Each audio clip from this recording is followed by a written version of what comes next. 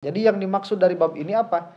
Yang dimaksud dari bab ini kita itu supaya tahu bahwa keluar untuk tholabul ilmi ini adalah dianjurkan. Malah dulu itu sahabat sampai 1 bulan hanya untuk 1 hadis. Nah, kita bahas dulu kisah keluarnya ini bagaimana. Kok Jabir bin Abdullah ini bisa sampai safar selama 1 bulan. Jadi sebetulnya ini adalah hadis yang dikeluarkan oleh Al-Imam Bukhari di dalam kitab Al-Adabul Mufrad. Tapi para periwayatnya itu tidak sesuai, tidak masuk filter untuk dimasukkan ke Sahih Bukhari. Lah akhirnya hanya dinukil matannya saja.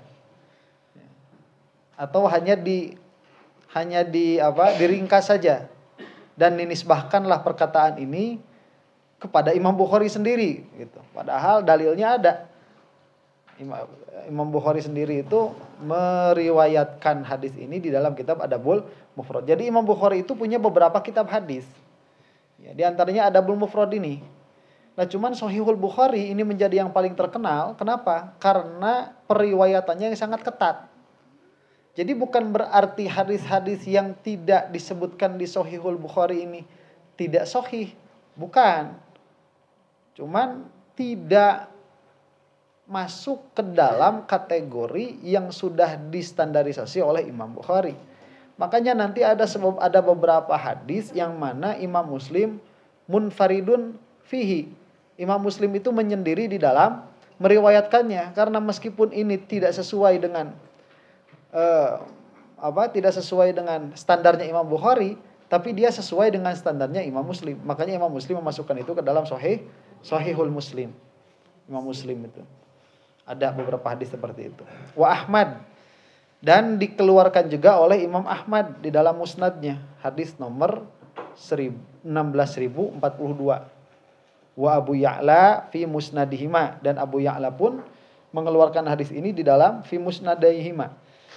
Min tariqi Abdullah ibni Muhammad bin Aqil annahu sami'a Jabir. Lah bagaimana hadisnya? Hadisnya begini. Beliau itu mendengar bahwa Jabir bin Abdullah, beliau berkata. Jadi Jabir bin Abdullah itu yang mana? Yang mengadakan perjalanan. Nah, Jabir bin Abdullah ini berkata, balagoni an rajulin hadithun sami'ahu min Rasulillahi sallallahu alaihi wasallam. Telah datang padaku dari seorang laki-laki ada satu hadis yang telah beliau dengar langsung dari Rasulullah sallallahu alaihi wasallam. Fashtaraitu ba'iron, maka aku langsung membeli unta. Saya dengar nih ada orang, dia mendengar langsung hadis dari Rasul, satu hadis. Yang mungkin saya belum pernah mendengar hadis itu. Bukan mungkin, karena memang Jabir bin Abdullah ini belum pernah mendengar hadis ini. Jadi dia dapat dari tangan kedua. Makanya nanti ini ada sunnah untuk mencari sanad yang paling tinggi. Selama orangnya masih hidup kan. Wah, kamu dengar dari siapa? Dari Anu. Masih hidup nggak anunya? Masih. Ya udah kejar begitu. Nah, ini sahabat sampai seperti ini. Beli dulu unta. Tadinya nggak punya. Fashtaro itu ba'iron. Maka saya membeli unta. Summa syaddadtu rohli fasirtu ilaihi syahron. Kemudian aku menjadikan dia itu sebagai kendaraan dan aku berjalan menuju orang tersebut selama 1 bulan. Yang mana orang tersebut tadi kita tahu namanya siapa? Abdullah bin Unais. Hatta qadimtu Syama, sampai aku tiba di Syam. Faidan Abdullah bin Unaisin. Ternyata di sana sudah ada Abdullah bin Unais. Faqultu lil bawab, maka aku berkata kepada penjaga pintu. Ini kiai punya penjaga pintu. Ajudan. Atau mungkin muridnya. Qul lahu Jabir alal bab. Tolong katakan kepada Unais bahwa Jabir ada di depan pintu. Faqala Ibnu Abdillah, Jabir bin Abdullah, qultu na'am, aku berkata iya. Lah ini berarti orang juga terkenal. Makanya si Bawab ini bisa sampai kenal. Ya. Iwan Fals? Bukan. Iwan Sumbang. Iwan mana?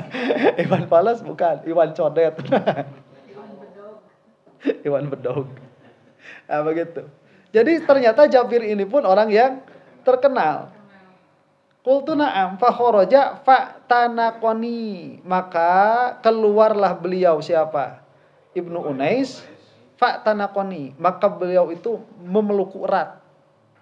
Fakultu, setelah beliau itu memelukku, maka aku berkata, haditsun balaghani anka annaka sami'tahu min Rasulillahi sallallahu alaihi wa ala alihi wasallam. Ada hadis yang sampai padaku darimu bahwa engkau itu langsung mendengarnya dari Rasulullah. Fa khasyitu an amuta qabla an asma'ah. Maka aku takut aku mati sebelum mendengar hadis itu.